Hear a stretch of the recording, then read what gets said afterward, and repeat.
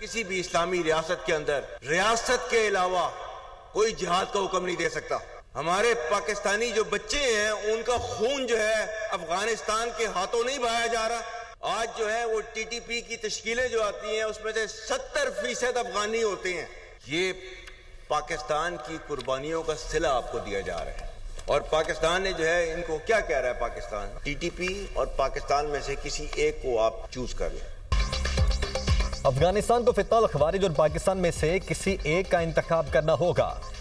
Field marshal Syed Asim Munir نے واضح کر دیا. قومی علماء و مشائخ کانفرنس سے خطاب کرتے ہوئے چیف آف آرمی اسٹاف اور chief of defence forces field marshal Syed Asim Munir نے کہا ہے کہ کسی بھی اسلامی ریاست میں ریاست کے علاوہ کوئی جہاد کا حکم اور فتویٰ نہیں دے سکتا. افغان طالبان کی پشت پناہی سے دہشت گردی کے ذریعے ہمارے معصوم شہریوں اور بچوں کو نشانہ بنایا جا رہا ہے.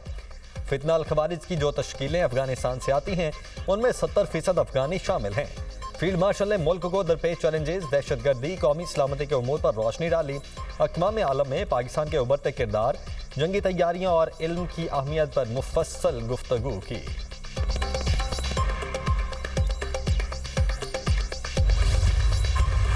ریاست پاکستان اور ریاست طیبہ ان کا پہلے دن سے آپس میں ایک تعلق ہے. وہ 1400 سال پہلے جو ریاست بنی تھی کلمے کی بنیاد کے اوپر، تو اس کے 1300 سال کے بعد ایک اور ریاست بنی وہ بھی کلمے کی بنیاد کے اوپر. اور اللہ تعالیٰ نے ان دونوں ریاستوں میں اتنی زیادہ مماثلت رکھی. تو یہ اتنی زیادہ مماثلت جو ہے اللہ تعالیٰ نے رکھی ہوئی ہے تو کسی وجہ سے رکھی ہوئی تھی، کیونکہ اللہ تعالیٰ نے ان کو جو ہے خادم الحرمین بنانا تھا اور ہمیں اللہ کے فضل سے محافظ الحرمین بنانا تھا. میرا خدا گواہ ہے، یہ بنیان مرصوص میں اللہ کی مدد آئی اور ہم نے اللہ کی مدد آتے ہوئے دیکھی، محسوس کی.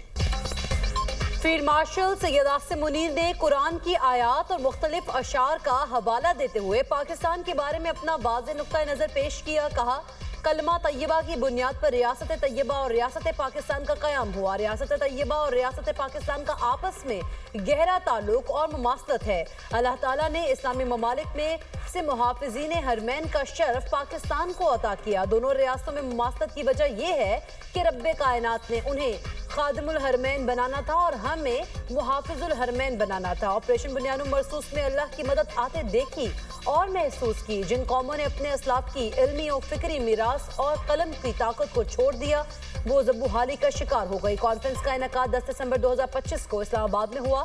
اس میں ملک بھر سے تمام مکاتب فکر کے علماء و مشائخ نے بھرپور شرکت کی. نیشنل ڈائیلاگ وقت کی ضرورت. سیاسی میثاق کسی ایک شخص، ذات، جماعت یا گروہ کے لیے نہیں ہونا چاہیے.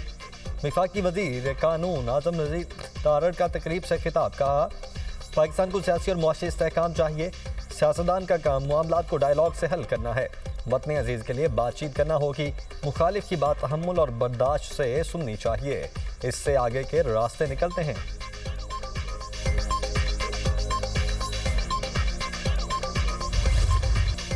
انڈر 19 کرکٹ ایشیا کپ کا فائنل. بھارت کی ہدف کے تعاقب میں بیٹنگ. 4 وکٹوں پر 63 رنز بنا لیے. پاکستان نے بھارت کو جیت کے لیے 348 رنز کا ہدف دیا. سمیع منہاس کا لاٹھی چارج. 172 رنز کی شاندار اننگز کے لیے 9 چھکے اور 17 چوکے شامل.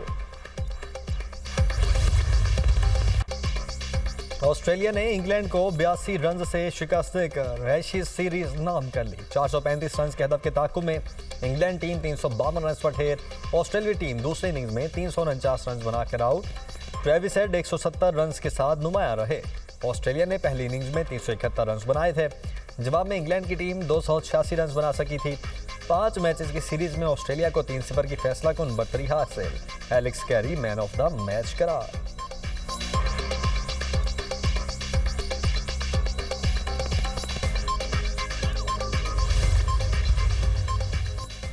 وزیر خارجہ اسحاق ڈار اور ایرانی ہم منصب سید عباس عراقچی کے درمیان ٹیلی فونک رابطہ. دونوں رہنماؤں کا مختلف شعبوں میں 2 طرفہ تعاون پر تبادلہ خیال.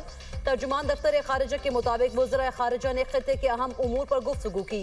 فریقین کا تجارت، عوامی سطح پر روابط کے فروغ کے لیے تعاون مضبوط بنانے پر اتفاق.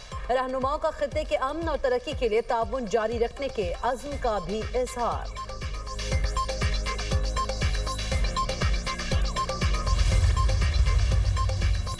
استنبول میں پاک بحریہ میں دوسرے PNS خیبر کی شمولیت کی تقریب ISPR کے مطابق ترکی کے صدر طیب اردوان تقریب کے مہمان خصوصی تھے۔ پاک بحریہ کے سربراہ ایڈمرل نوید اشرف بھی تقریب میں شریک ہوئے۔ ترکی کے صدر رجب طیب اردوان نے کہا کہ پاکستان اور ترکی میں مثالی برادرانہ تعلقات ہیں، دفاعی شعبے میں بھی دونوں ممالک میں تعاون بڑھانے کی ضرورت ہے۔ پاک بحریہ کے سربراہ نے PN ملگن شپس کی تیاری میں نیول شپ یارڈ کے عزم کو سراہا۔ ISPR کے مطابق نیول چیف نے دونوں ممالک میں دفاعی تعاون کے فروغ کی بھی تعریف کی۔ ترکی کے صدر کو گارڈ آف آنر پیش کیا گیا۔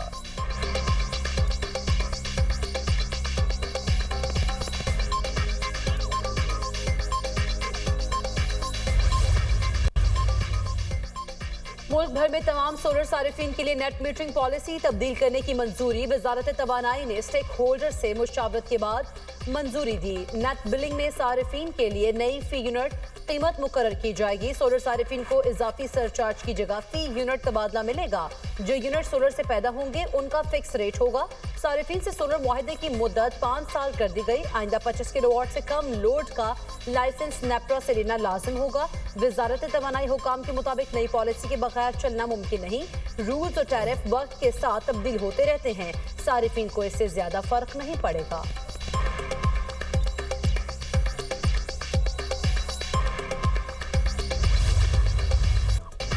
موسم سرما کا رنگ، کہیں بارش کہیں برف باری۔ آزاد کشمیر وادی نیلم میں اڑنگ کھیل، تاوبرٹ، گریس ویلی میں برف باری سے نظارے حسین۔ باغ میں بارش اور برف باری، دیابر میں بادل برس پڑے۔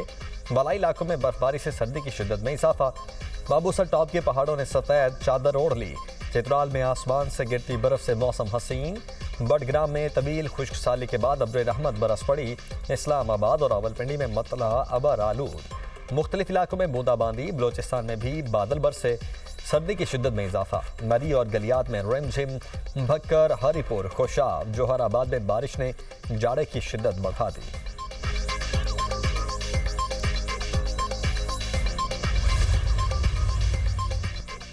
وفاقی وزیر داخلہ محسن نقوی اور وزیر مملکت داخلہ طلال چودھری کا لاہور ایئرپورٹ کا دورہ۔ بیرون ممالک جانے والے مسافروں کا امیگریشن پروسیس کا جائزہ لیا۔ محسن نقوی بیرون ممالک جانے والے مسافروں سے ملے اور امیگریشن عمل کے بارے میں پوچھا۔ محسن نقوی نے امیگریشن کاؤنٹر پر FIA اہلکار کو اچھی کارکردگی پر شاباش دی۔ ایک مسافر کی چیکنگ میں تاخیر کے باعث بورڈنگ بند ہونے کی شکایت۔ وزیر داخلہ نے متعلقہ حکام کو کویت جانے والے مسافر کی بورڈنگ کرانے کے احکامات دیے۔ محسن نقوی نے کہا کسی بھی مسافر کو بلا جواز سفر سے نہیں روکا جائے گا۔ پیشہ ور بھکاری یعنی مکمل دستاویزات پر کسی کو سفر کی اجازت نہیں دی جا سکتی۔ پاکستان کی بدنامی کا باعث بننے والوں کی جگہ جیل ہے۔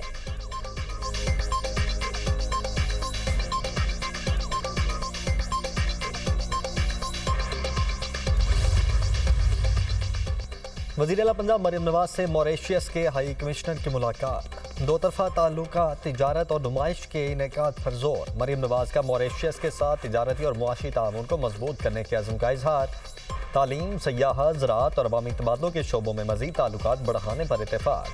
دونوں رہنماؤں کا حلال فوڈ، ٹیکنالوجی اور ہیومن ریسورس کے شعبوں میں بھی تعاون بڑھانے پر اتفاق۔ وزیر اعلیٰ مریم نواز کا بلو اکانومی کے شعبے میں سرمایہ کاری پر ہر ممکن تعاون کے عزم کا اظہار۔ کہا موریشیس کے لیے چاول، ٹیکسٹائل اور فارماسیوٹیکل مصنوعات کی برآمدات مزید بڑھانے کے لیے پرعزم ہیں۔